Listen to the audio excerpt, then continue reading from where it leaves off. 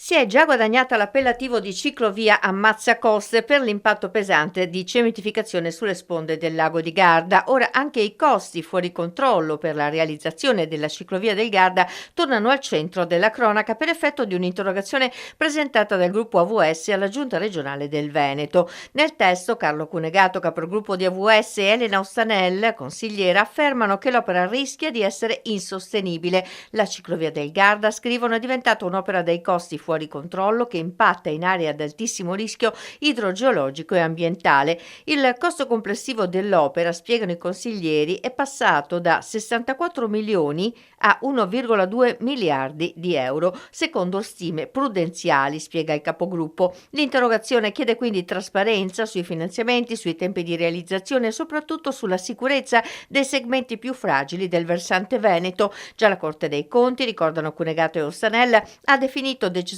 spropositato il costo chilometrico, rischiando di rendere l'opera insostenibile sotto il profilo economico ed ambientale. Di qui la richiesta alla Regione di valutare soluzioni alternative nei tratti più delicati, comprese opzioni intermodali come la navigazione già adottate dalla Lombardia, oppure l'opzione zero, ma anche di chiarire se sia stata effettuata una valutazione di incidenza sui siti Natura 2000 e se queste informazioni siano state trasmesse alla Commissione europea. Intanto l'Agenzia Provinciale Trentina per gli appalti e contratti ha avviato la procedura di gara per l'affidamento dei lavori nel tratto che va dalla Galleria dei Titani alla Galleria Aurora in affiancamento alla statale 45 bis. Per migliorare l'aspetto paesaggistico è stato deciso qui, rispetto all'ipotesi originaria, di realizzare due tratti in galleria naturale adiacenti alla Galleria dei Titani e inoltre di rendere il tracciato completamente protetto da distacchi di materiale.